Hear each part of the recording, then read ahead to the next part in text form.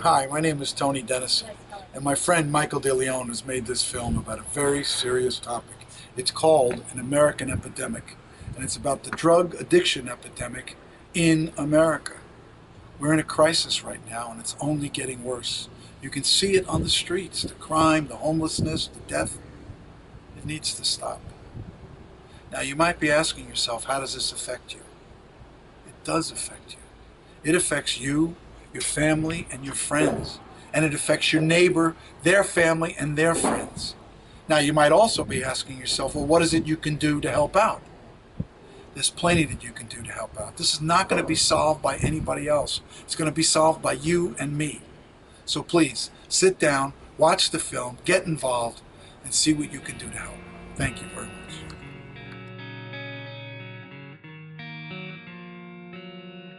I can't even imagine, living in a place like this. But this is where suburban kids end up in the streets of Patterson, in the abandoned backwoods. This is where they end up living. And it's just tragic. It's just incredible. And I don't know that the public is really aware of what's happening. I don't know if the public understands how bad it is. But this is real. This is real, and this is happening every single day. Hi, my name is John Sullivan. This is my son, Brendan. He died at the age of 19, 2010. This is my son. His name is John Jake Koningsdorf. He passed July 16th, 2013. This is my son, Nick Carbonaro. He died February 27th of this year, 2014, and he was 22 years old. This is my son, Mark Lewis. He was 18 when he passed May 2nd, 2000. I'm Tammy Smith. And I'm Kaylee Smith, and this was my brother. And my son, Zach Smith. He passed away May 28th, 2013, and he was 21. My son, Nick Rhodes, died from addiction on February 12, 2014. We lost our son, Nicholas, on August the 8th, 2013, to a heroin overdose. You're looking for somebody in baggy sweats with greasy hair, walking down the street. That shouldn't be what you're looking for. Look in your own backyard. Talk to your kids. Even if they look this healthy, that doesn't mean that they're doing okay.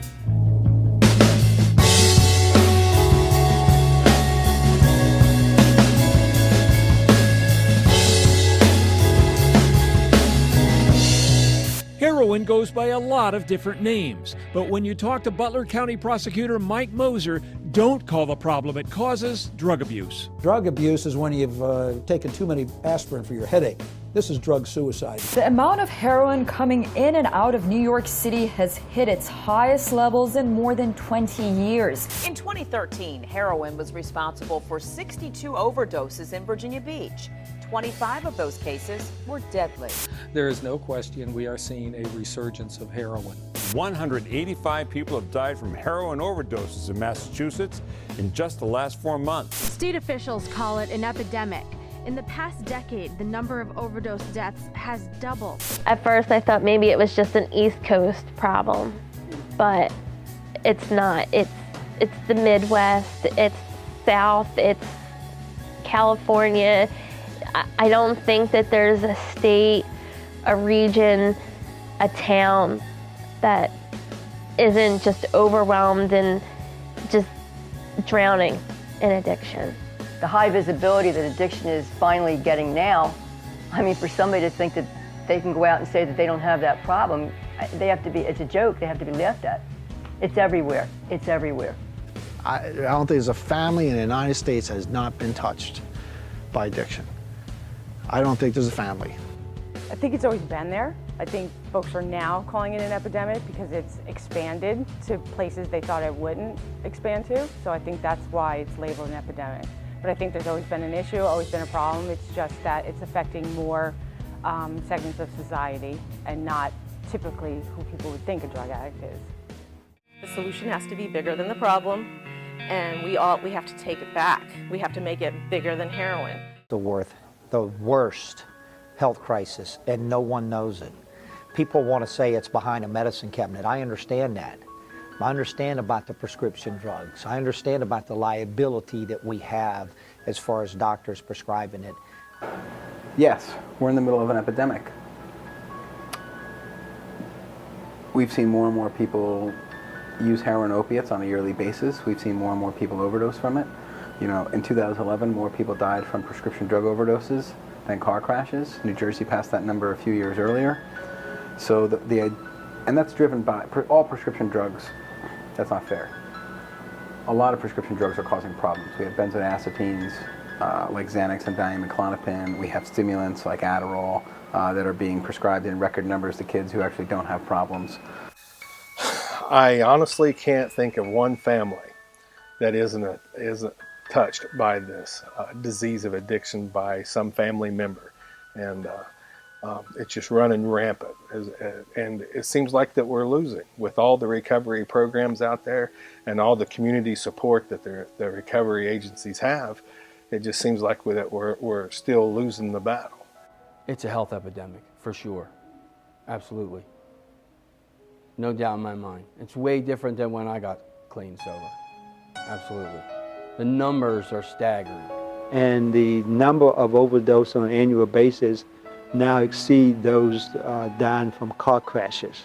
We're in the middle of a prescription drug epidemic. I mean, people are dying, you know, and it's really, really difficult. I mean, I work as a substance abuse counselor at Pasadena Recovery Center. I have a bunch of my clients are here with me tonight. And, you know, I mean, you watch the progression from, you know, an injury to Norco to, you know, OxyContin to Opana to heroin. And, you know, it's heartbreaking and it's difficult to treat. And you know, from Yale to jail, the penthouse, the poorhouse, addiction doesn't discriminate. And I think that's a huge message, because for me, I was educated, I worked in healthcare, and for me to be standing in a shop asking for something that says stain remover so that I can turn my life off with my education, that's the power of the disease. It's the same story, just different characters. You know a heroin addict, you just don't know you know one yet. After spending nearly 2 years traveling every county in New Jersey, meeting hundreds of people who were affected by this epidemic, I quickly learned that this problem exists not only in New Jersey, but across America. I set out to see how bad it was, how widespread, how rural, how suburban. I mean, how bad could it be? Peter Shumlin, the governor of Vermont, urged residents to open their eyes to the growing problem in their front yards, rather than leaving it only to law enforcement, medical personnel, and addiction treatment providers. Shumlin argued the facts speak for themselves. In Vermont, since 2000, there has been a 770% increase in treatment for all opiates. He stated, quote, what started as an OxyContin and prescription drug addiction problem in this state has now grown into a full-blown heroin crisis. And, quote, last year we had nearly double the number of deaths in Vermont from heroin overdose as the previous year. It turns out Vermont is not the only state facing this crisis. According to the White House's Office of National Drug Control Policy, the number of deaths involving heroin surged 45% between 1999 and 2010. We talked about years ago finding weapons of mass destruction externally from the borders of the United States. We looked in the wrong place. They're here. They're in the United States. They're called drugs. They first destroyed the individual and then the family. We're mainly here because Americans have bad memories. This is not the first time we've had an opiate epidemic. We have had problems with prescription drugs previous times early in the century. We've had problems with opiates, specifically heroin. You could argue this is the third epidemic in the last 100 years that the U.S. has had. I think that heroin is an invasion and a plague.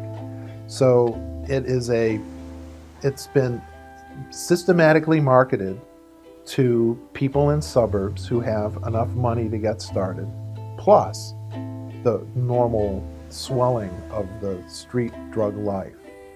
Because Because it is. I mean, there's, heroin is more or less a monopoly on the part of the drug cartels. And if they were not putting it in the area, it would not be here. So has the pharmaceutical industry directly marketing to the customer caused some of this problem? The first time that prescription drugs were advertised on television, you started to notice an uptick in folks who were becoming addicted to these things. I believe that one of the biggest things was the ability for people to see these ads on television and say, wow, I've got these things, I need to go to my doctor and get whatever medication. We're one of only 2 nations on the entire planet to have prescription drugs advertised on television. So do you think we should take pharmaceutical, direct-to-consumer marketing off television? Absolutely. I feel like, people are creating the condition that they see on television because the mind is very powerful. Oh, wait, I might have that. And then they go and the commercials are teaching them the symptomology to present to the doctor in order to get the prescription. Mick Jagger wrote about in the 1960s, Mother's Little Helper. When you take away, when you make things legal, when you get it prescribed by medical professionals, you make it socially acceptable. But there were so many pill mills, so many people going to the pill mills, that lives were being taken, people were killing other people for their drug, to where it was the sole focus of people getting up in the morning was to get to the pill mill, and that was it. I think that the pharmaceutical companies need to come and visit places like this and meet, because in my eyes, an 18-year-old's still a child, and meet the children and meet the young adults who are doing these drugs and see the devastation that it causes. I think they need to put faces to the devastation. Do doctors prescribe medication that leads to serious addiction? This is nothing new. This has been ignored for far too long. And we've been saying that this is an epidemic for over 10 years. And I will never stop saying this one sentence. Purdue Pharma pled guilty and were indicted for mismarketing OxyContin. In 2007, at their trial, they got probation and a $600 million fine. I was there. I was there with 18 other families, most of them who had lost their kids. One mom standing in the courtroom telling them it took 11 years to conceive her child and 1 year for their company to take him out. The FDA, where are they? Are they supposed to be protecting us? We're in an era and time where people want to take an aspirin for everything. That's been going on for years. So when the aspirin doesn't work, pain management.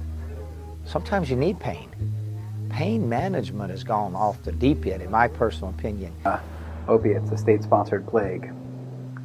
And when I mean state-sponsored, I mean there's a lot of people responsible for this. We have the government, and not the government saying we want people on drugs and we want to see their lives ruined, but really through unintended consequences we're seeing it. And so we have drugs made by the pharmaceutical companies, and the pharmaceutical companies are now being sued in Chicago, they're being sued in California. You're going to see other states and cities and counties bring lawsuits at some point, and all the lawsuits are saying that these companies overstated their benefits. They overstated the benefits of these prescription drugs, they understated the addictive qualities of these drugs, and aggressively marketed it. Because I think the new age of the medical field is no one should suffer any pain at all. And a little bit of pain is okay. You can live with a little bit of pain that's going to heal. When I was a kid and I had strep throat, it was you go home and you gargle with salt water and you get throat spray.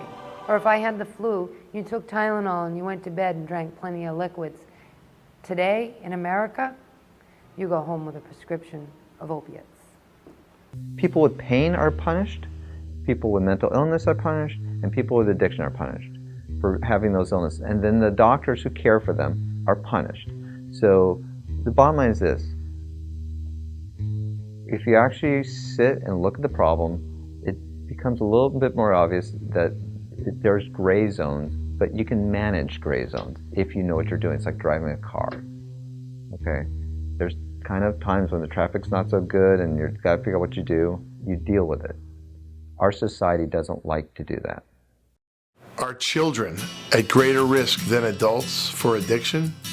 Specifically with youth, with the developing brain, what we've learned from science, they're at the greatest risk, and sure enough, they become addicted much quicker than older people when they use or abuse these drugs. This is the worst I've seen it in 17 years because of prescription drug use. It's now happening in more households than I've ever seen it before. And now I'm also seeing a generational, where mom abuses and so does son or daughter. And so that's something new to me. That's something that I just started seeing in the last 2 years. A generational addiction. You can't pick up a newspaper without reading that somebody's overdosed. Unfortunately, there's a lot of kids growing up today, I think, and they're seeing their parents do it. Kids are very perceptive too. And I think there's a lot of children who are seeing it happen in their home, and it's just a natural response to go down that same road. It's not normal for a 10, 11, 13-year-old child to start using hard drugs. When I worked in this area, and I've been here locally my whole life, you see marijuana use, experimentation, but when I see a teen coming in telling me, I want to move to Colorado because it's legal, their whole life revolves around marijuana, and I'm looking at them saying, you got a problem here. This is more than just, I'm going to party a little bit on the weekends. And I see the pain he's been through.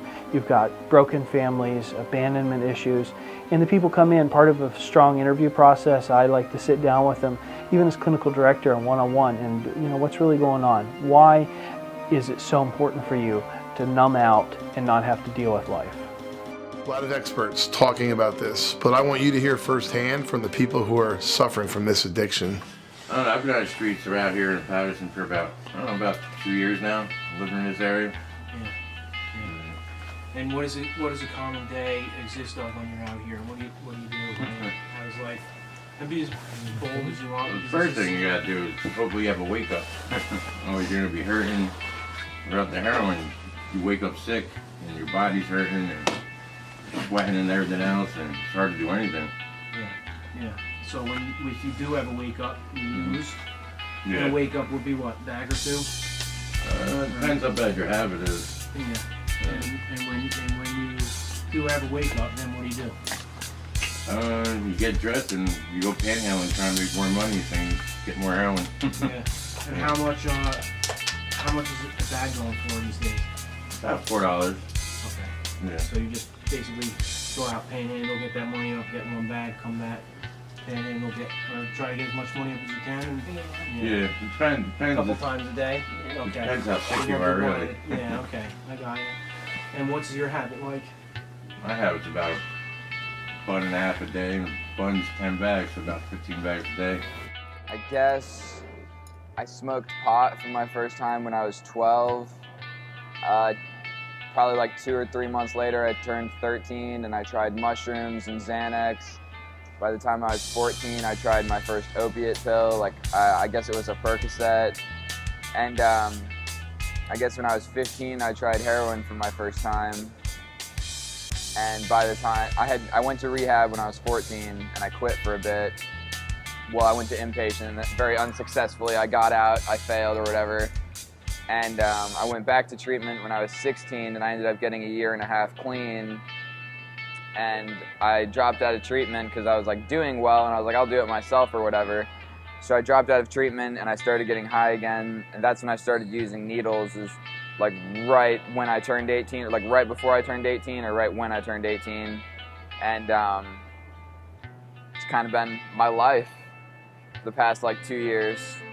The first 2 years I was in high school, I wasn't doing drugs. I was just all in to the sports I was playing and going to school. And then I started partying and stuff, and I got wrapped up into basically, hey Tree, you want to try this? And it led from one thing to another. I started doing like Xanax, and then my friends got so worried about me being on that they were like, let's try and get her on this, and thought it would be better for me to do that, and it was off to the races from there. I experimented when I was 14, I started.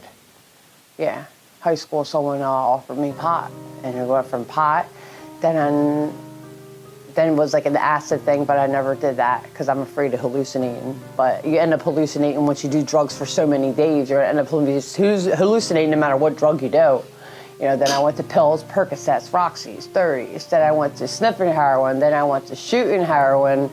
And then I went to, sniffing coke, then smoking coke, shooting coke. I did every drug there is out there. Every drug. Everything. Again, it was very normalized. It was within that group that I hung out with. There was nothing wrong with blackout drinking consistently. That just seemed like what you did. That seemed like how people drank. I didn't understand. We didn't understand when our parents would just have a glass or two of wine. I would say maybe one drink today, and that's it. I'm going to discipline myself. Couldn't do it. The addiction was too powerful. I started partying when I was in high school. I was an athlete. I played hockey. I played lacrosse. I loved sports. That was my drug when I was younger. And then what had happened was I blew out my knee my senior year of high school.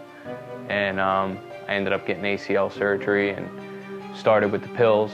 And I started to abuse the medication. And I found that was what made everything better.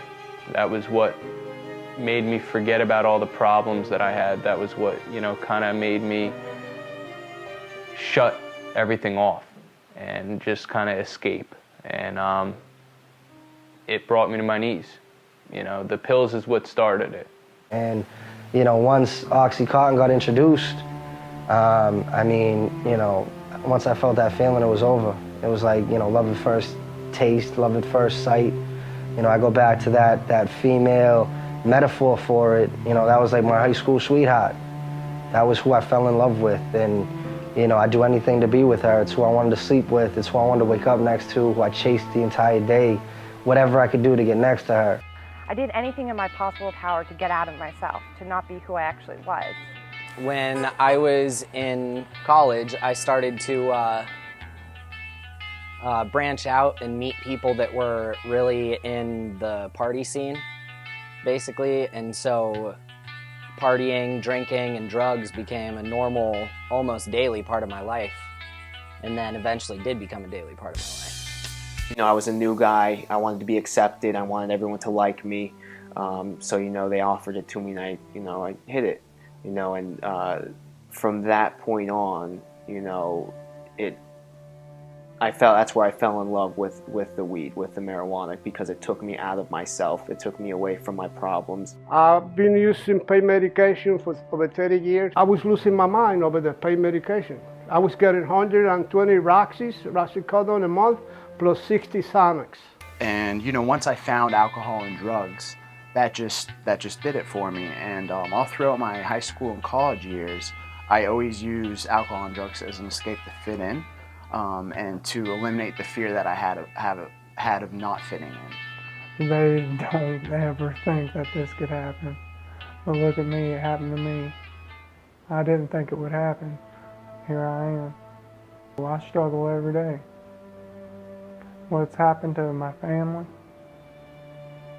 It's not just me, it's my whole family. It suffers from my mistake. What can a parent do to help a child who's addicted? If you look at a child and you say, what's the main thing that's going to prevent that child from becoming addicted, I would say there's, let's say, 5 key values and skills. One is a purpose in life. There's something they want to do that they find valuable. 2 is a belief in themselves.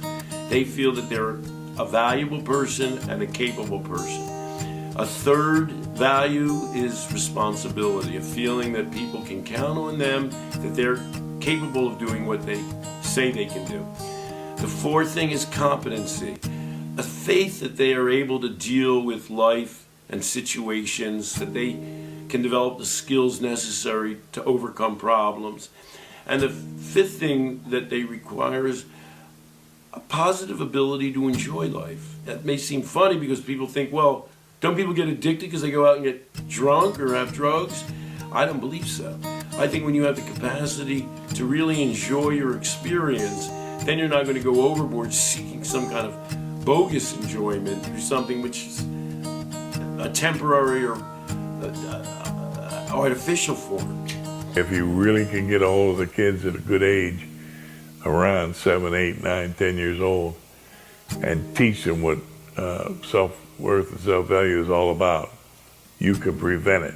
The message of hope, the message of life. I once heard a coach say, hope is not a tool. Hope is the only tool sometimes. I'm a mom of 5 amazing kids. My oldest is 26 and is a heroin addict, and we are currently raising our oldest's 2 little ones. 2 days before Christmas, she sent me a text saying that she wanted to die, that she couldn't do it anymore, that she loved her girls, and to please tell them that she loved her girls. And I had to practice tough love. And I told her, well, go ahead and die, because you're not hurting yourself. You're hurting your girls. Your girls are the ones that are going to grow up asking, what do we do to make mommy go away? And there was a long pause between texting, probably about half hour, and she texted me again, and she said, I don't know what to do, but I don't want to die, but I don't know what to do.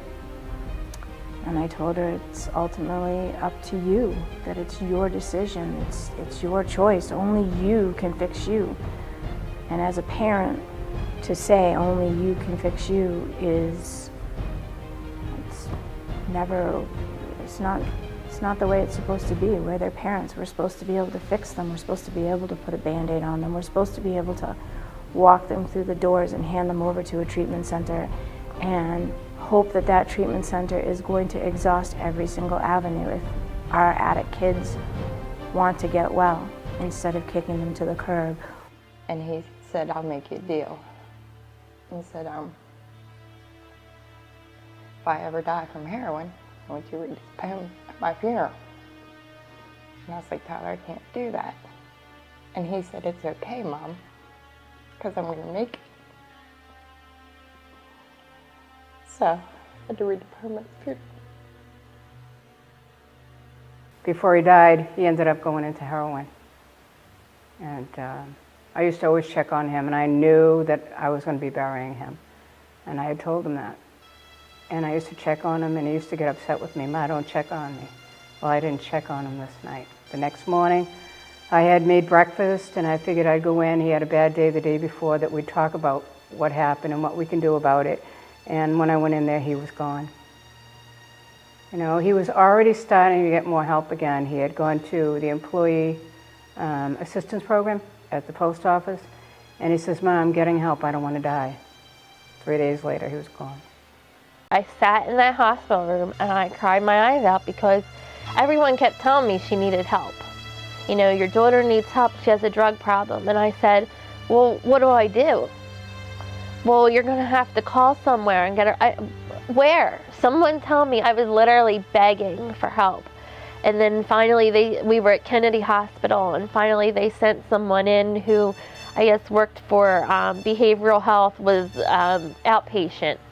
And, you know, he was a contact for me, and he gave me a little bit of hand-holding, but not enough to get me to the place where she needed. You know, I made the mistake of the first time around, I only put her in outpatient treatment.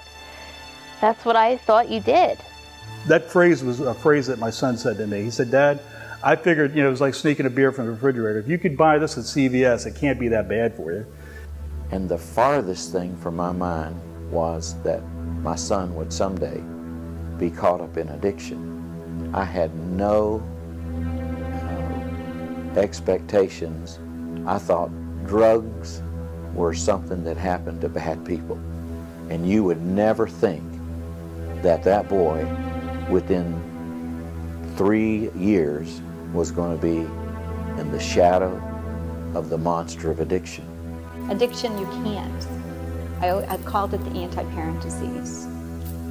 And because everything you know, everything you've learned about being a parent, you basically have to throw out, right? You can't, what worked doesn't work anymore. But I never thought that it would take him to the place of addiction, and certainly that it would take his life, because your children aren't supposed to die before you do. But he did. When you have someone close to you that's involved in it, or you have a friend or whatever that's involved in it, and you're more affected by it because they think that's only them doing it. They think, oh yeah, I'm just doing the drugs. It's hurting me. It's not hurting anybody else. When in reality, they have no idea what's going on at home with their mother sitting there crying every night of the week, or something like that. They think it's like, oh, it's only affected me. I'm gonna snort some coke. I'm gonna shoot up some heroin, and no one else is gonna know. Until it's all over the newspaper and your name's plastered all over the place, and it's like, oh wow, now it's not only affecting you, it's affecting your entire family. They don't know the impact that they put on the parents and the rest of the family when they're messed up, let alone when they die. When they die, it's even worse, of course, of the numbness and feelings that I always say my son's in Florida, that's how I get through the day. If I was to sit here and tell you he was dead, I would be devastated 24/7. So I would tell these kids that you're hurting the rest of your family on top of hurting yourself. It's not all about just you. When the heroin epidemic in St. Louis first started happening, and I would see it on the news, I would say to myself, how could those parents be so dumb to not know? Well, because it has nothing to do about knowledge, it has to do with the disease of addiction. I think it's 3 of the most deadly words that any parent can say, and that is, not my kid, because it can be anybody's kid. There at the end, she was very depressed and not sure even how to live life, I don't think. I was holding my son, and I'm thinking to myself that this is all wrong.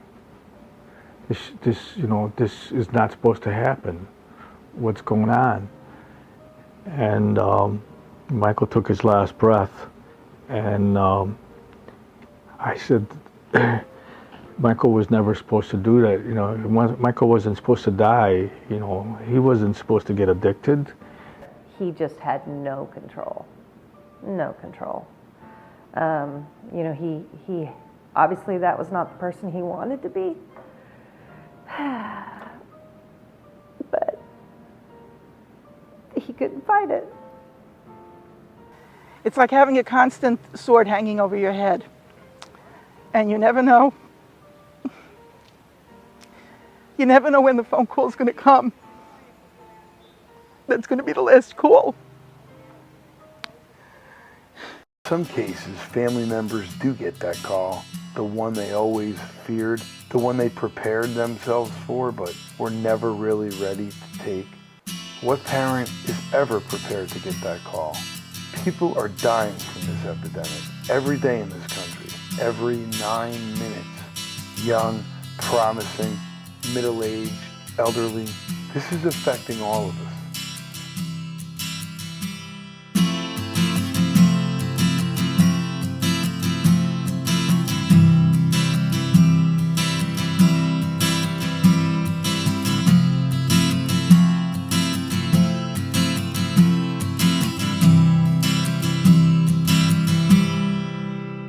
And I let the bar close, but I still won't head home. I'm alone again, heroin and all my friends. The sickness, the rush, fell in love with the drug, can't get over it. Look at the mess we're in. We're always falling down. Lost our way somehow.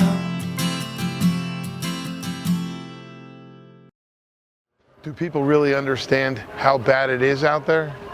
They're dying every day, multiple deaths, and this country needs to wake up. I just want parents to wake up and realize it can happen. It's a different world out there. The drugs that are out there are cut with all types of substances that most kids don't even realize what they're smoking, snorting, injecting, or ingesting. And it's awful. I mean, there's not these people that didn't, eat dinner with their kids and watch their sports games. It's everyone. It does not discriminate. And, one life in my mind is too many. With addiction, specifically in Massachusetts, it's almost become an unparalleled sort of position we're in, where this addiction thing has gone all over the place, where it's not just in urban areas anymore with like blight that we're used to talking about. It's everywhere. It's suburban, exurban, urban, everywhere, including right in the heart of the city and right in the upper class neighborhood. So it's an issue that does affect all of us, and it's an issue that we have to sort of carry the torch to try to find ways to educate people. It's something that's so slow and progressive that it's well established before it ever becomes apparent. So that means that this opiate addiction is grabbing a hold of people so slowly and progressively that it has a hold of them before it even becomes apparent. But then by the time it becomes apparent, it's very glaring that, wow, how did I get here? I have a brother who lives in Alaska, and it's in a little village that you can't drive to. You have to come in off the ocean or fly into it. There's a drug problem there. But it's definitely proceeding across in America. If you post the question, where is heroin the worst on any social media board, you will get the name of every city. When they crack down on all the prescription medications, I think the doctors were just freely writing scripts to people. They had them pain charts, what you're paying on a level of 1 to 10, sending people home with mass amounts of pills, and then when the crackdown came, everybody's pills were gone. And then I think the dealer seen that, came into northern Kentucky and opened up shop. In New England, one of the big things is prescription drugs, and just seeing how loosely they can give them out and how easily they're attained. I think there's a lot of things that we can do to prevent all of that. But part of it is making people understand that there's a face behind and I know I love AA, I love what it does, but it makes people stay anonymous. And if I stay anonymous, the perceptions that people have of addiction will continue. So people need to know that addiction occurs. It happens to nice families. It even happens to nice kids. A lot of people don't want to talk about it, and then the people that do want to talk about it, be looked down upon. And so it's a tough thing to break through. Okay, we can't hide it. We can't ignore it any longer. It's creating a lot of issues for the people. They're trying to they got to get their money for their habit, so it's affecting a lot of people. So I think it's a good start here. The drugs are just rampant in their existence where they live, and the problem that eventually comes about is all of a sudden the drugs are there and they have no money to get them. And what do they have to do? They have to commit a crime. These are people who can come from absolutely wonderful families who did their very level best, and everybody would think in a lot of these cases that they did a very good job in raising these folks as young children up into young adulthood, and before they know it, these kids are in the throes of alcohol and drug addiction. I thought it was just a small problem in Ohio. I thought it was just my son and just some minor kids that was doing it. But it is all levels. Everybody thinks it's a poverty kids, and it's not. It's the middle class. It's the upper class. And it's massively bad because now they're starting to liquefy heroin and lacing it onto the marijuana. Okay, well, with them doing that, it's taking them straight to, they're saying, oh, this isn't helping no more, You got to give me something else, this is not working. Oh, try this, So they give them a cap of heroin and you're hooked. It's a good feeling, being able to take guys out of here. Give them a second chance, The days of this being the junkie in Harlem, that's over. These are, your high school quarterback and your prom queens doing this.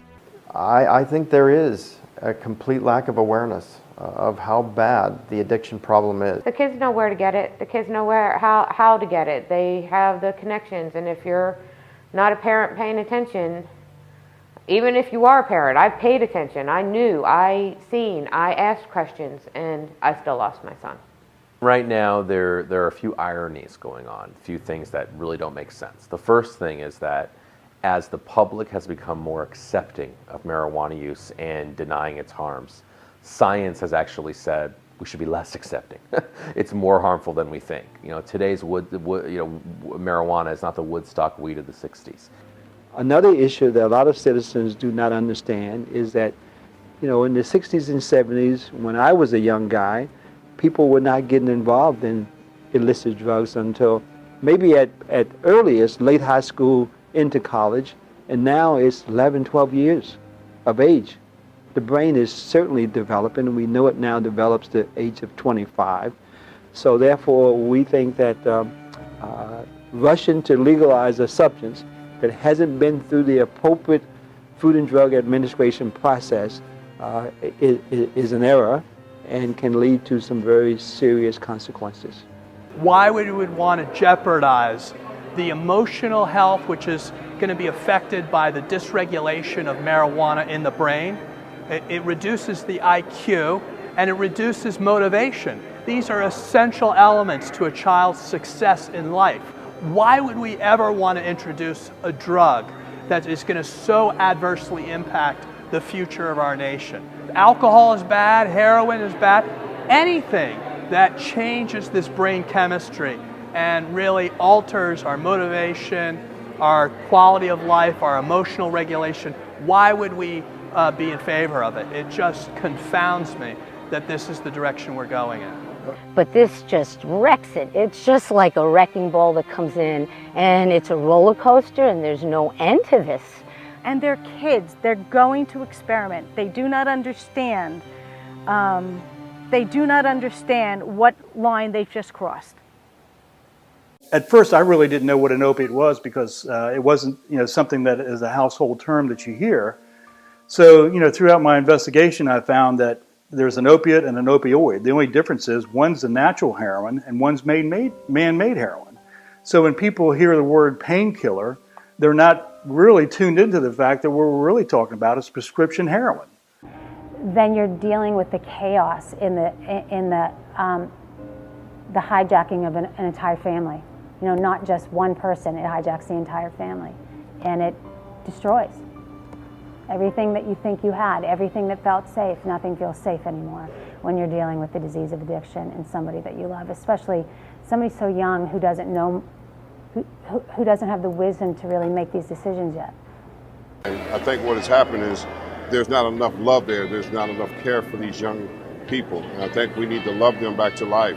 There are issues on the inside that go deep from generation to generation. So let's reverse that curse. Let's get this thing together. Let's rise up and get well from the inside out. We understand that addiction is a cycle, it's a process, it's a journey, and it's never going to be clearly from A to Z.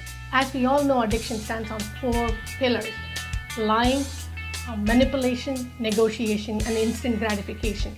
I mean, no one is immune to addiction. Almost every aspect of your life starts to dip when you start to include, substances. And the main substance that I'm talking about is definitely opioid prescription painkillers.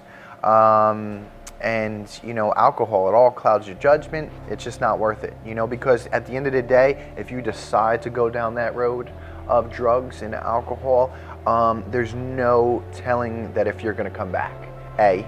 And if you do come back, are you going to come back yourself? Should we as a society be providing more support for our neighbors, our children who are suffering from addiction? If my child suffered from cancer, They would line up the doors. They would have casseroles at my, they'd have casseroles at my steps. They'd come in and they'd want to have a cup of coffee with me or a glass of wine or whatever. But they'd share in the sorrow I was feeling. In this disease, no one shares in your sorrow. I couldn't stand the way people were looking at me like, there's that mom. I go, I'm a good mom. And people have to know I had a good son. He was a great kid. He brought such joy to my life. We come from a very good family, strong family. We don't have drinkers. We don't have addiction in the family. I mean, smart guy, athletic, just so much potential. Just, you could tell he was going to do something awesome. Such a compassionate young lady.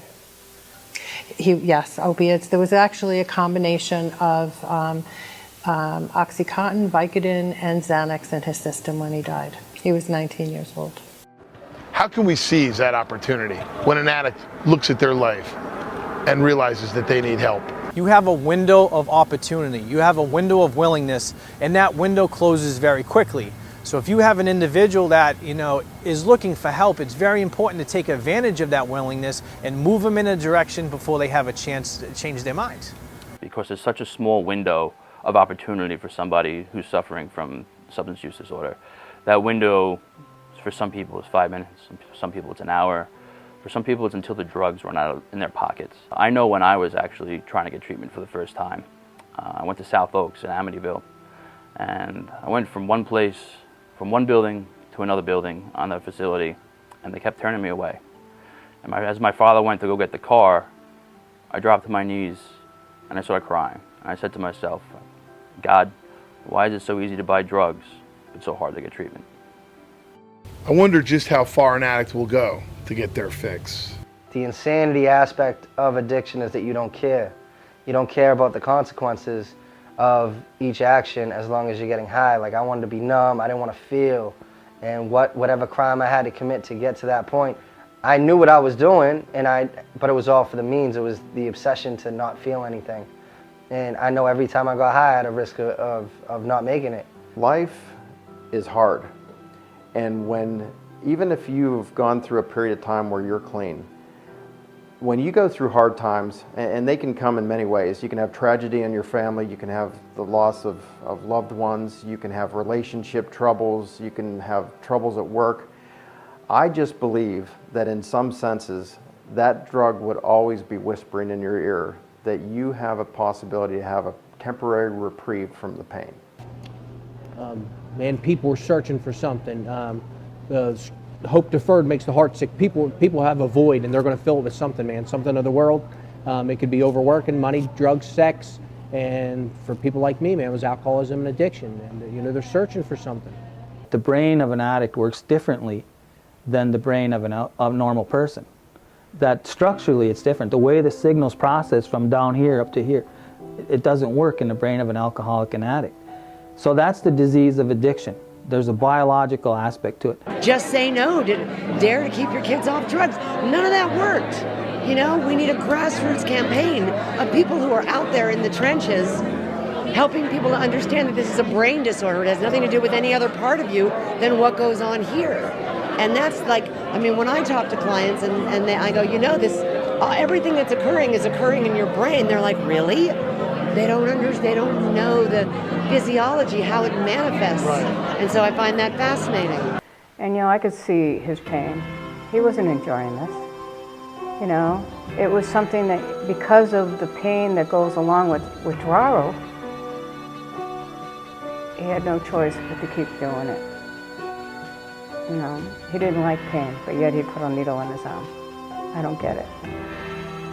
But I don't know the extent of the pain that he was in. He told me, but until you are physically feeling all those symptoms, you don't know. When I was 18, I was on my way to work one morning and I got arrested for possession, distribution. So they arrested me. I was priorly arrested a few months before that for credit card fraud. I was on the streets with my friends. Yeah, we all had the same problem. It was the police, Our solution was always the wrong one, How do you get money? Well, we break the law. And nobody thought about gainful employment. you know, and how do you deal with life? Well, you know, I'm going to deal with it with a bottle. I'm going to deal with it with a pill, with a hit, with a shot, whatever. You know, how do you cope with somebody dying? Well, you pour one out and then you turn up. I don't know. That was how I grew up. And then I started to experience from alcohol to cigarettes. I think cigarettes was a big part of my early addiction as I know it today.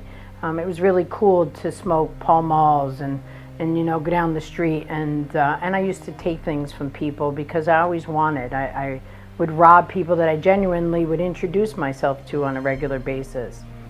You know you have a problem when you wake up in the morning, you're sick.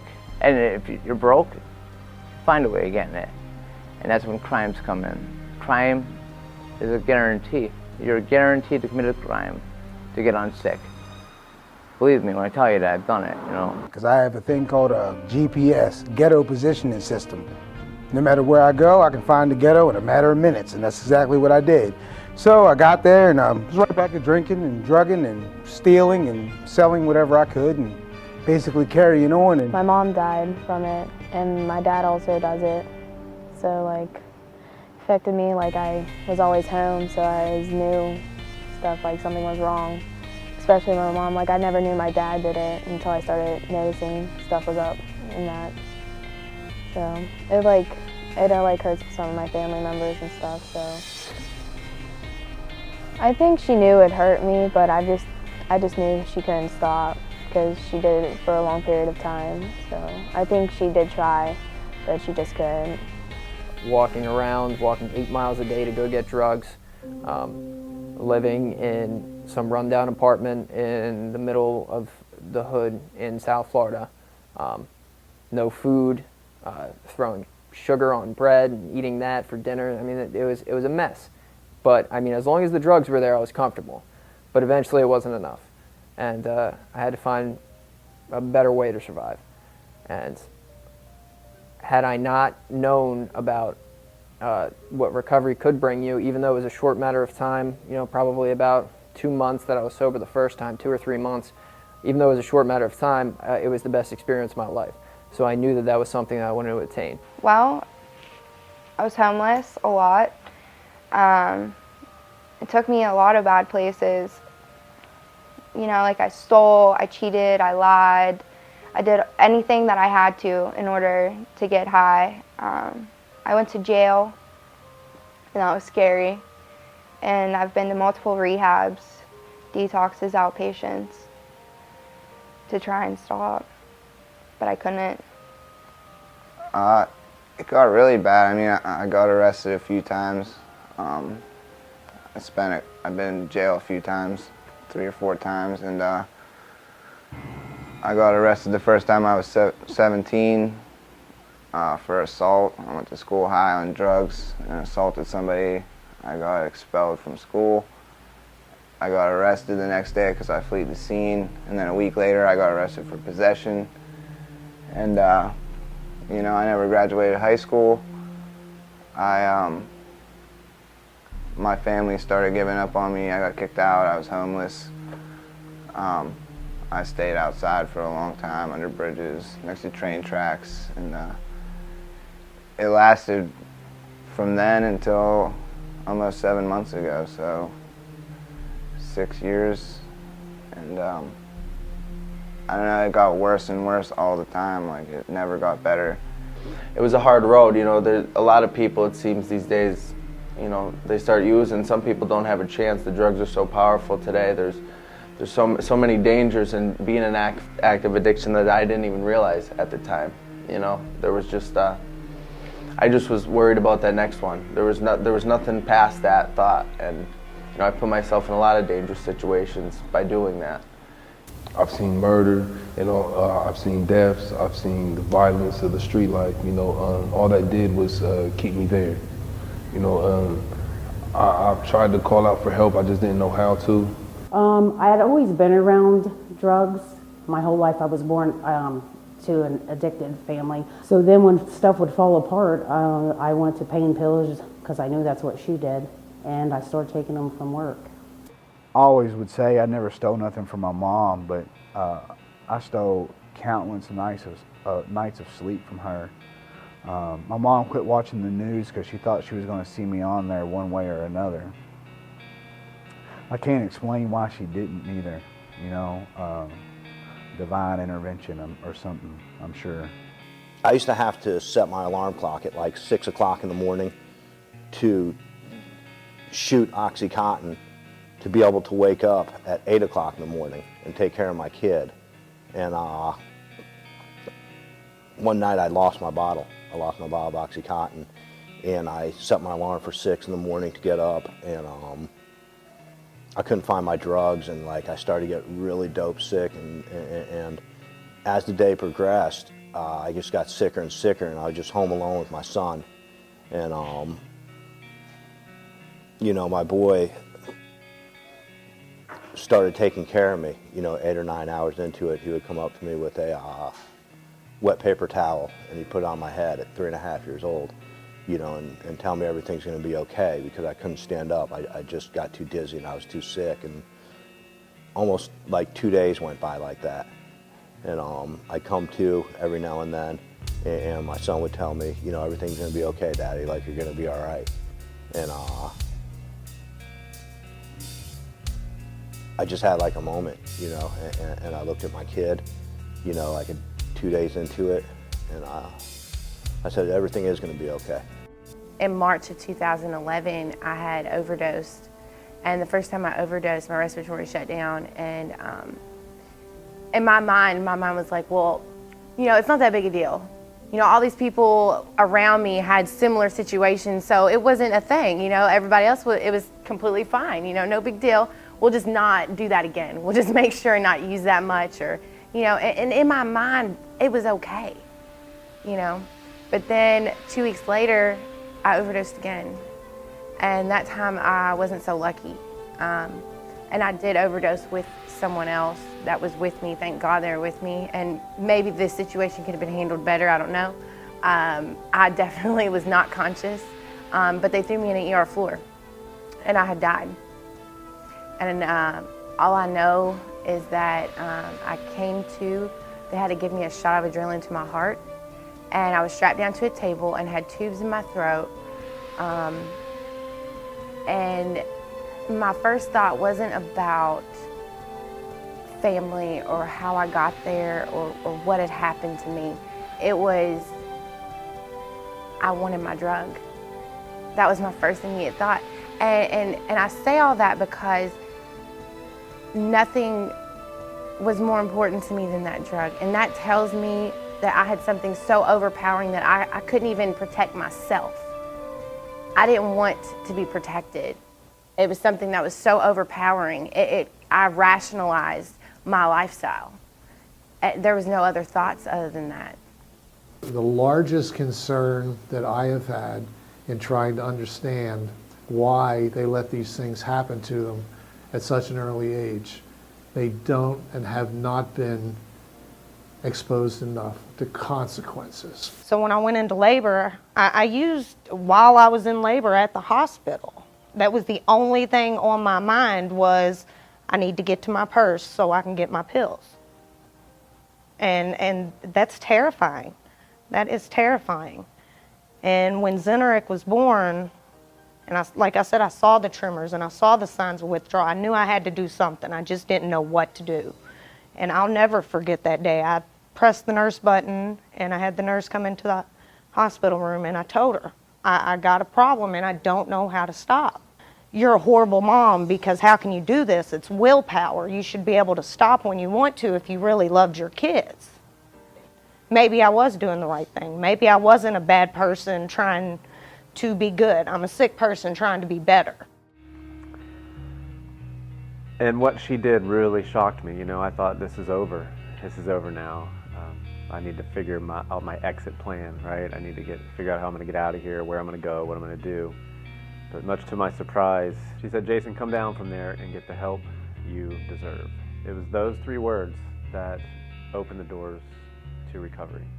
The one thing we do know about addiction is that the longer you're in treatment, the better off you'll be. As a substance abuse professional, I think you have to get out of your home environment.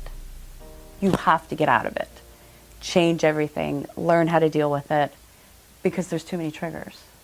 It's getting people back into life, not just come on in for 30 days, we'll collect what we can out of your insurance and send you on your way. It's how can we help you change your life so you never have to do this again. The other thing that works is the therapists work closely with the clients. Another big thing is they come into a safe place, okay? They come into a place where people care about them. They come into a place where a high percentage of the staff have suffered from this disease and are recovering from this disease. So right there's an example to them of, yes, this works. Statistics show, especially Hazelton statistics show, that the longer a patient is in a structured environment, along with good clinical care, the better chance they have of getting clean and sober. When people come in, there's so many parts to this disease. There's their history that they come in from their childhood that are usually unresolved issues that they've never worked on. And then they have to relearn how to live life with healthy strategies and healthy environments and healthy people. In the studies have shown that at the residential level or PHP level of care where we're at today, 90% of all the women who come into residential treatment have sexual abuse issues. For men, it's 60%. And one of the things I've noticed in this field is so many of the addicts have such painful memories. I've dealt with loss of children, rapes, molestation, and so many things that drive people's I'm not worth anything, I'm not valuable. And when somebody doesn't feel valuable, they don't treat themselves as they have value, and they tend to abuse or try to shut down the feelings and the voices in their head. And one of the things I try to do is work with them to help them be able to be at peace with themselves.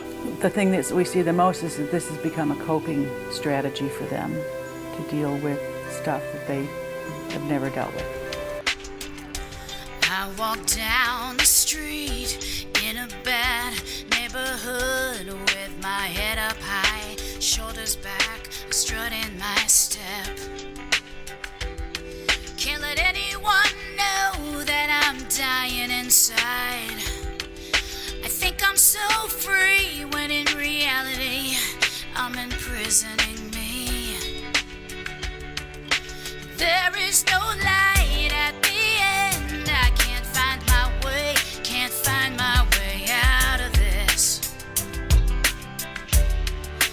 There is no light at the end. I can't find my way, can't find my way home. That's what street life's all about. So I think this, the heroin overdoses, the prescription drug overdoses, the suicide rates are really a symptom of bad mental health in this country. And we all should be concerned about it because it's our loved ones, our parents, our brothers and sisters, and our children. This is everybody in America who is affected by this. I think we're at a crisis point, and I think every spectrum of our society, every level of government needs to find its way to make a difference on this issue, and there are ways that each level can help. There's no question about it. Now it's reached a point where it's so obvious that I think everyone recognizes that this is the biggest problem Northern Kentucky's facing, and I think everyone has been touched personally by this epidemic to the point where they realize the gravity of the situation, and they realize that this is a problem. And whether it be in the school systems, the education level, the criminal justice system, the legal system, the court system, the medical community, they've all realized that this is a huge problem. It's a societal problem. The depth of the problem is recognized, and I think they're at a point where everyone wants to reach together to start working on a solution. What we found was there's a real gap in the continuum of care. So what that means is people go into a detox, then they might go to a short-term residential treatment center, if that, and then a sober house or something like that. But at that point, it's really good luck, you're on your own. In order to not want to pick up a drink or a drug, you have to have your best life. And putting down the drink or the drug is not enough. It's about living an amazing life, and that takes so many different things into account, like health and fitness, spirituality, social life, education, employment, and we try to really incorporate all of those things into someone's life. We need to have regional facilities in every state. Every state needs to have regional treatment facilities that are state funded so that there are beds, so that we can bring people. If they have to come from 2 and 3 counties away, that's fine. We can do that. We can do that. We can't do every single county, but we can do regional facilities, treatment facilities. And they need to be long-term facilities, not 28-day programs. Those don't work. It needs to be at least a year to 18 months of residential treatment. We need to provide that to save lives. You'll cut costs with incarceration. You're going to keep families intact, keep families together. You're going to save lives. People aren't going to die. You're going to stop the recidivism rate of incarceration, back to drugs, incarceration, back to drugs. And all the while these addicted people are having children. Their children go in the foster care system, or grandparents are raising the children. You're still paying for it, folks. I'm telling you, your tax dollars are paying. Kids are dying, and you're paying through the Department of Corrections, and you're paying through the foster care system to take care of addicted people. One way or another, you're going to pay. So why not pay for treatment and help people recover? Because recovery is possible. People can recover. Because it's going to affect you. It's coming out of your wallet, your tax dollars, your insurance cost. They're coming in your home. It's going to happen, man. You got to help people recover. We have to change the whole culture of criminal justice in our society. And one of them is recognizing the serious problem of addiction and the incredible need for treatment of the problem. We have to take a good hard look at our prison system because just throwing criminals in jail without giving them an opportunity to recover, without giving them the treatment, is just going to cause more problems in the future. I think effective treatment is necessary. I think that judges and court systems need to be aware that this is not something that needs to be prosecuted but treated. I think that's where my passion is, educating judges in the court system. We can't just put them away without any rehabilitation. We're starting to see a little bit different way of treating the addict. We're moving out of that criminal justice model where addiction is penalized and punished, and moving treated as a public health crisis, which it is. And we know addiction is a crisis right now, especially with heroin and opiates. A lot of people talk about the war on drugs and how Nixon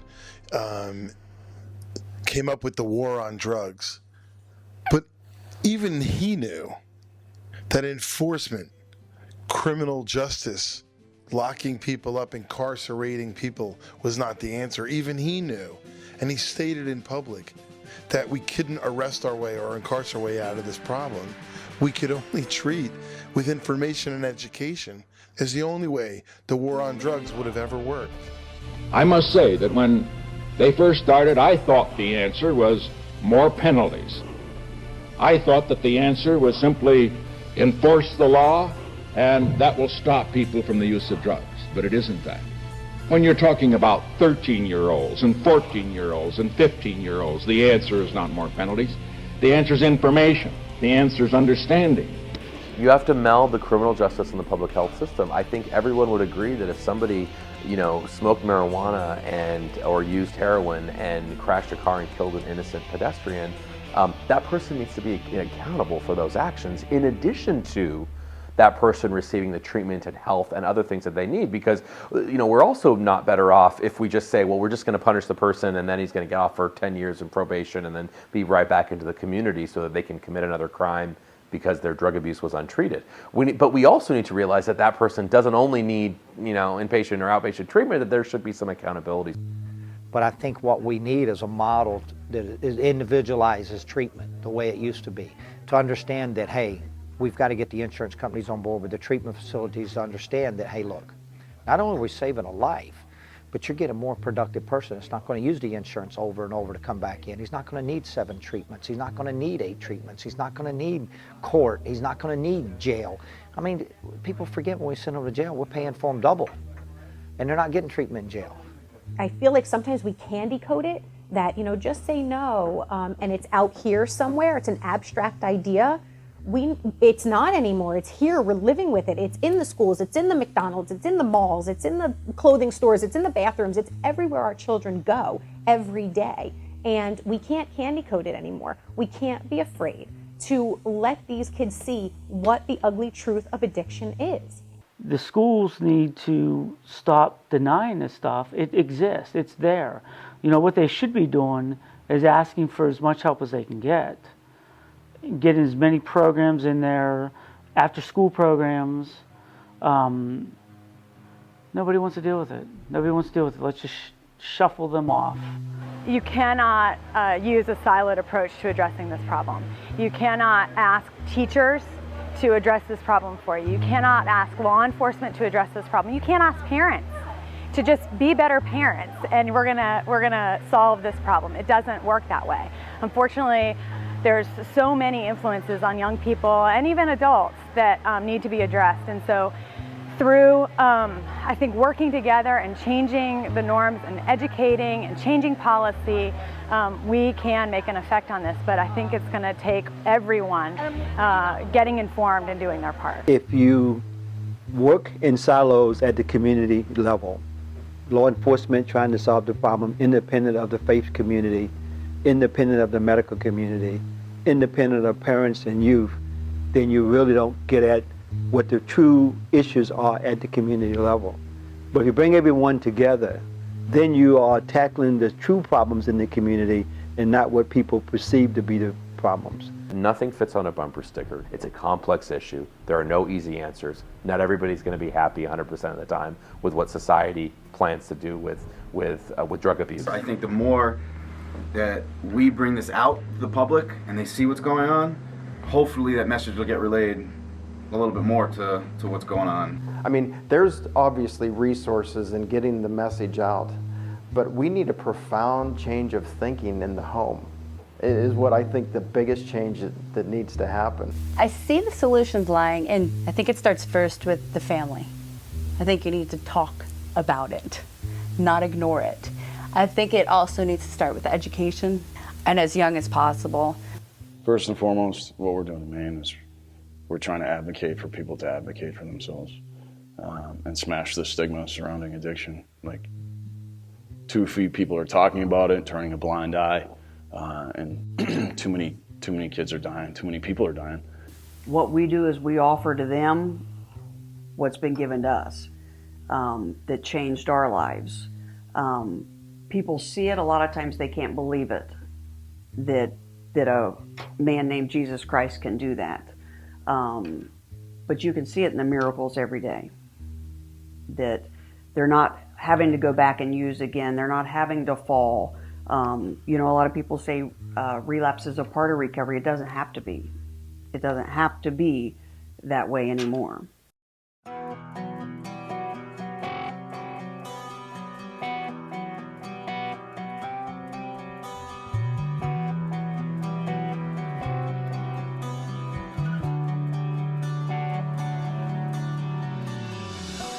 The faces of past and what's yet to come have faded away and they've come undone. Mind over matter is so much harder than it seems.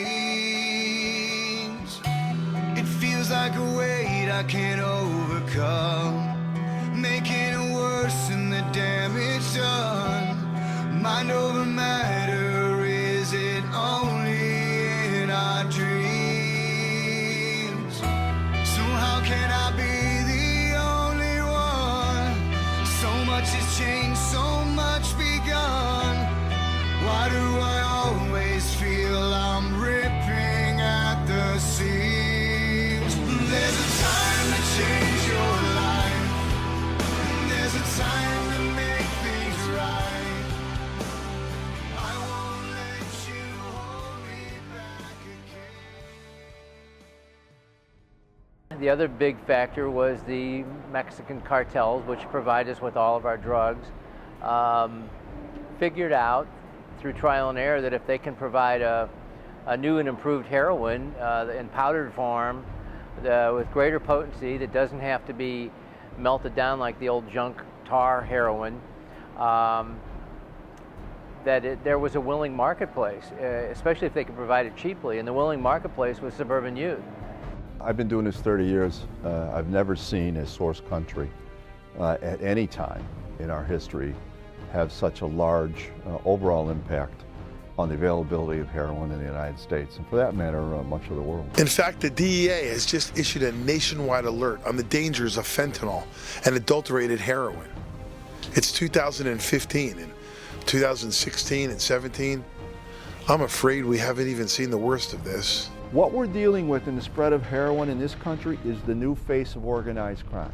It is street gangs migrating based off markets and a shadowy existence of the cartels who will stop at nothing to make a dollar and could care less who dies. That's what we're up against. People need to understand what role they can play to make a difference. That's why even if we legalized heroin, we wouldn't get rid of the cartels, just like we're not getting rid of them if we legalize marijuana, because they're involved in so many different things. They're able to diversify. They're also able to undercut the legal market. There are also specific things we could do to prevent availability, like with prescription drugs. The idea that we don't have, in this day and age of technology, a single automated system that instantly brings up if somebody is shopping around for pills, and that still we have to go through hoops for that among states, is clearly a product of lobbying corporate influence than it is a product of we don't have the technology. And suddenly you look to Kentucky, you see the CASPR program, which is the model in the United States basically for prescription drug monitoring programs, a program that allows doctors and pharmacists to see what's going on with a patient. You know, and that's important not just in the world of opium, but it's also important in the world of specialty doctors. You know, right now, if I go to my pulmonologist and I go to my urologist and I go to my internal medicine doctor, and I get prescriptions from all three of those, and I happen to go to 3 different pharmacies that are near those doctors' offices to have those filled, none of those doctors know what the other doctors are prescribing. None of those pharmacists know what the other pharmacists are dispensing. And so that's a problem of synergistic effect just for regular drugs that are being dispensed. You add in the fact that these people are very resourceful, that addiction changes the brain, and that they're going to do whatever they need to do to make sure that they can get a hold of these opioid drugs, and you have a recipe for disaster if you don't have a prescription drug monitoring program. One proposed solution in this epidemic has become one of the most divisive issues in our country: medical-assisted treatment. Some people are against it, some people are absolutely for it, while others say it's a temporary measure to get people from addiction to recovery.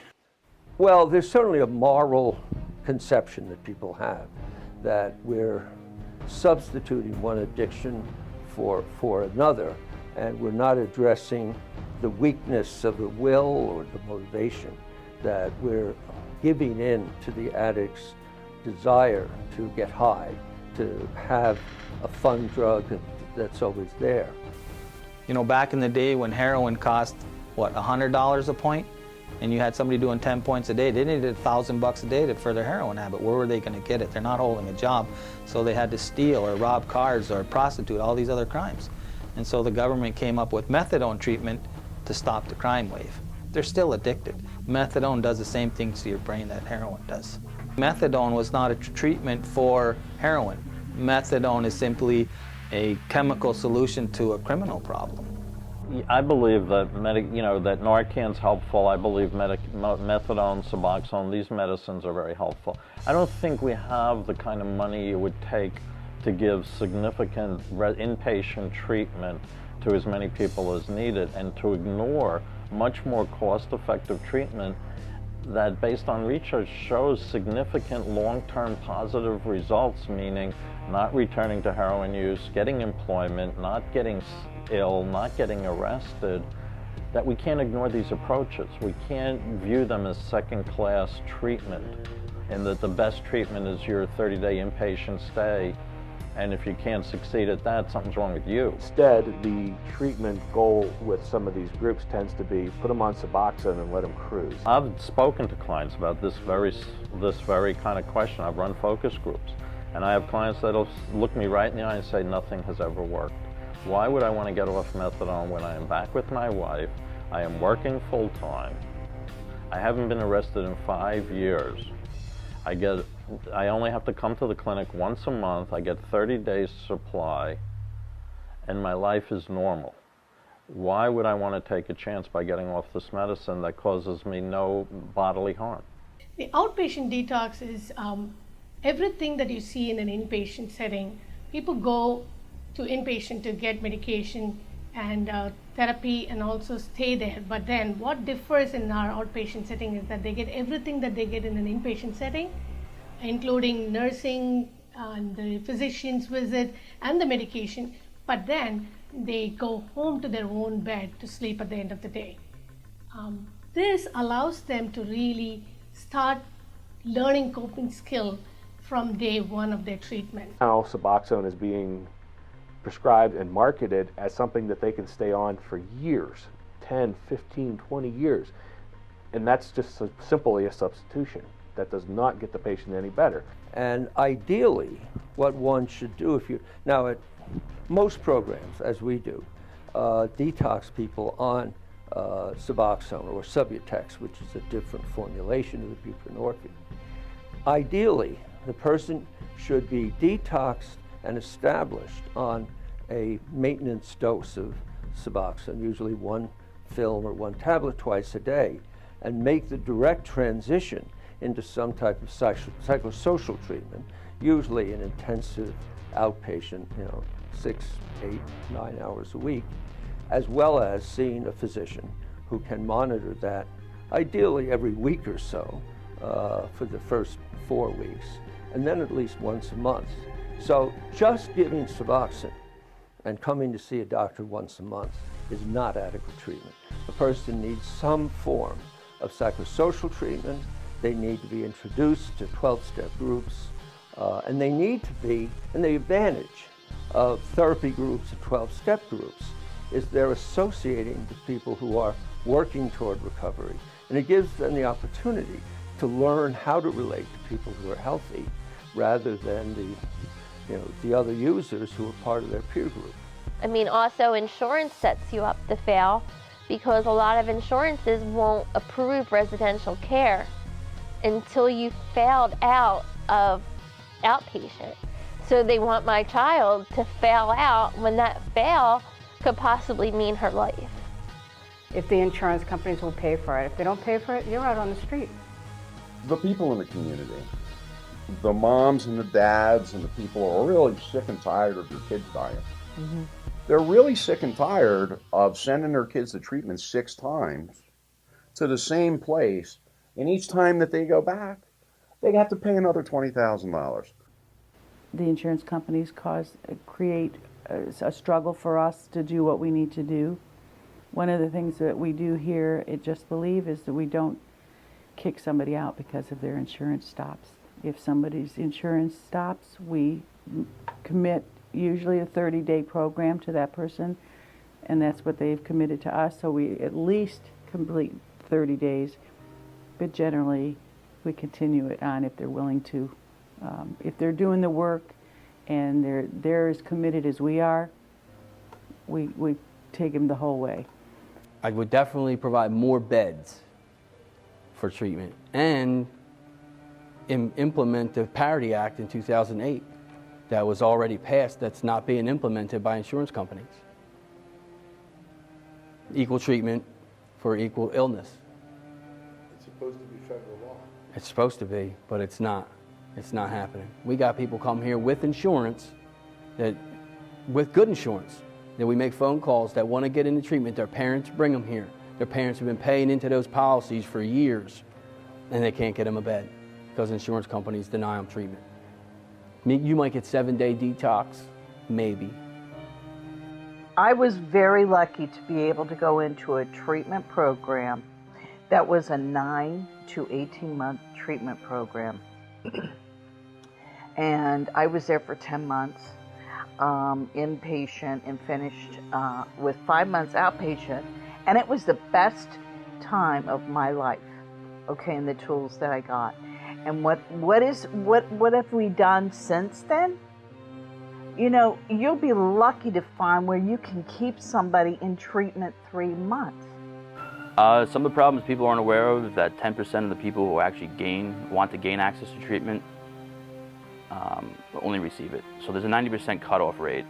So if you want to go to a treatment facility, detox, rehab, only 10% of those people are actually able to get the treatment they need. It seems difficult for people that need the care and need the help to get the help that they need. The other thing that I see is I know that there's a lot of controversy whether or not addiction is a disease. I think families need to have the power to intervene in their loved one's life.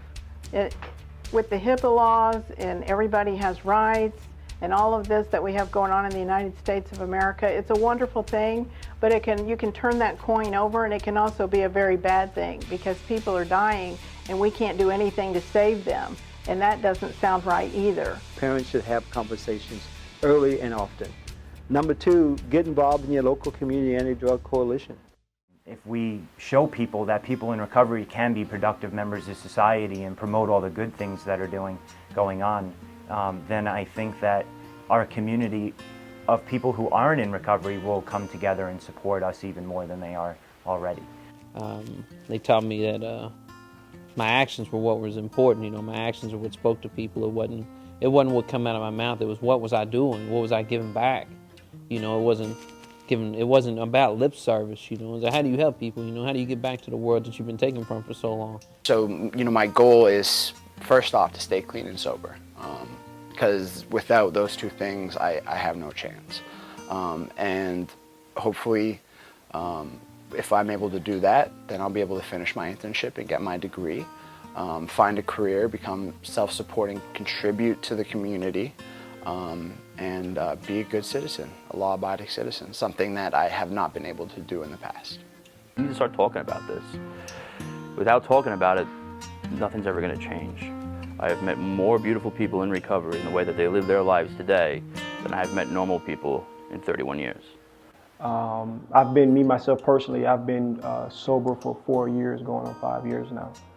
And my heart is to help the people get out of the situation that God graced me to get out of and accomplish and succeed in life.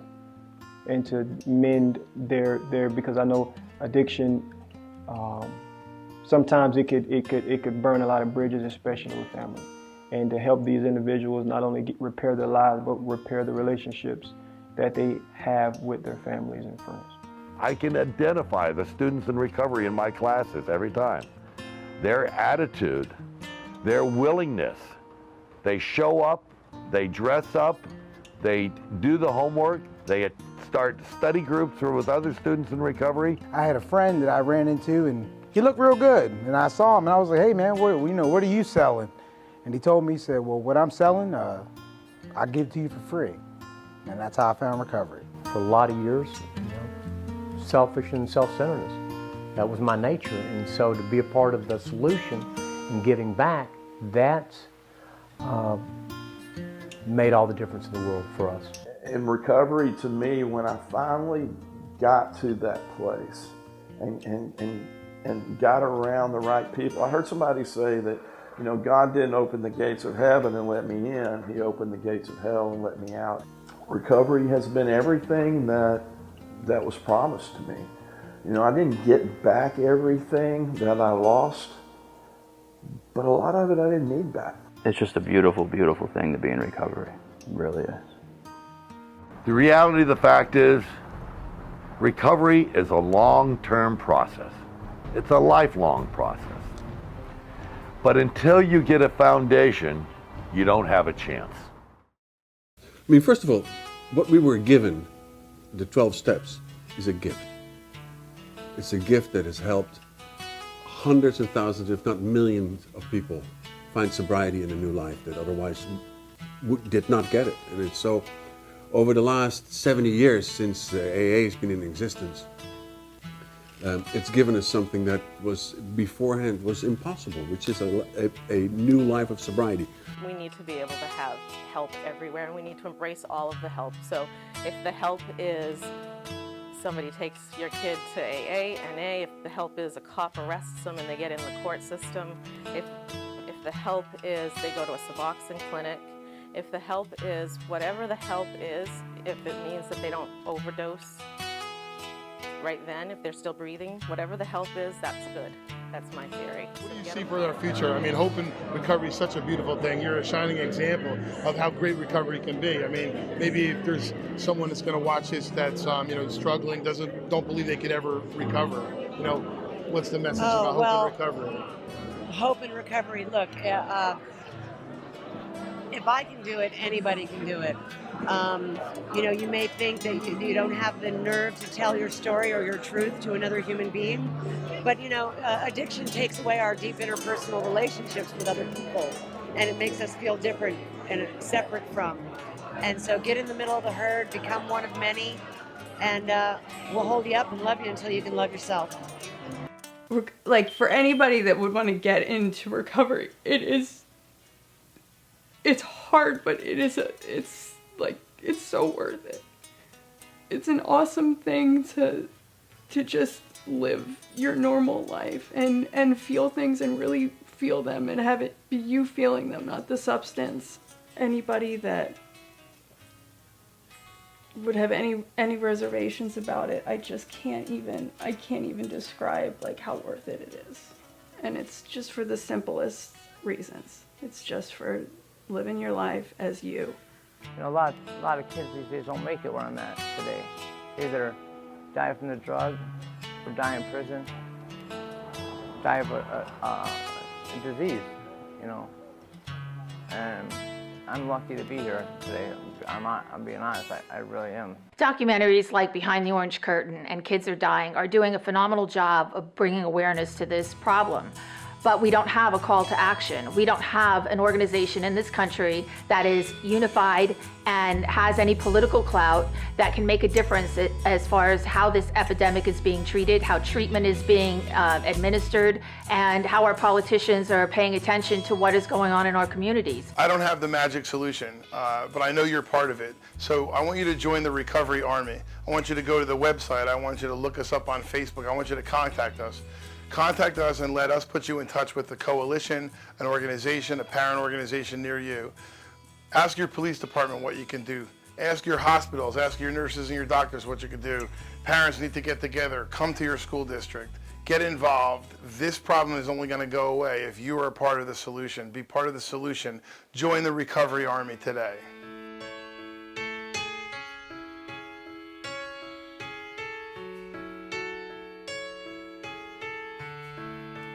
There was a light that found me in darkness, failing and hopeless, barely alive. And for the first time, I saw your perfection in my reflection, there in your eyes. My feet are on the ground, my heart is beating now. Your love has shown me how to live. You're my recovery, changing who I was to who I'm meant to be. Healing all that's broken as you wash me clean. Oh, you set me free. You're my recovery. This is the day that I'm starting over. I'm taking it slower, one step at a time, and narrow the way. But you're here to guide me. Your spirit's inside me, and it's changing my mind.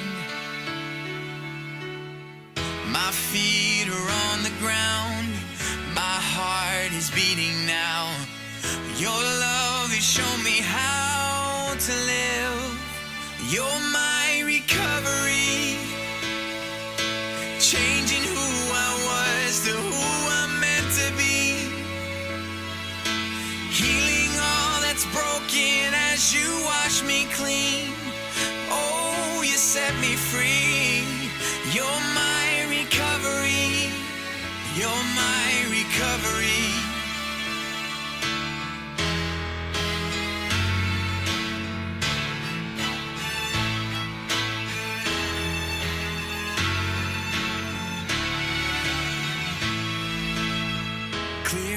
eyes, now I can see your truth in front of me. I am and always will be loved. My feet are on the ground, my heart is beating now. Your love has shown me how to live.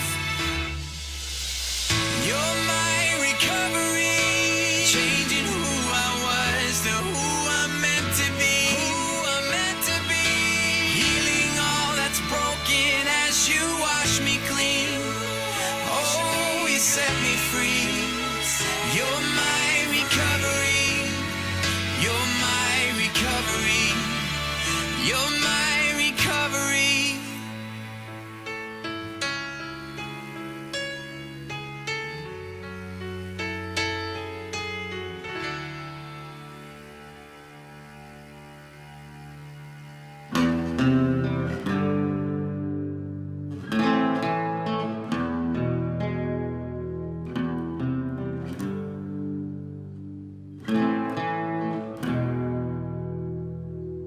Come to me, better days, come to me now. I have a bitter pill to swallow somehow. Allies, they fall away like sand in the rain. I guess they'd sell me down and out just the same.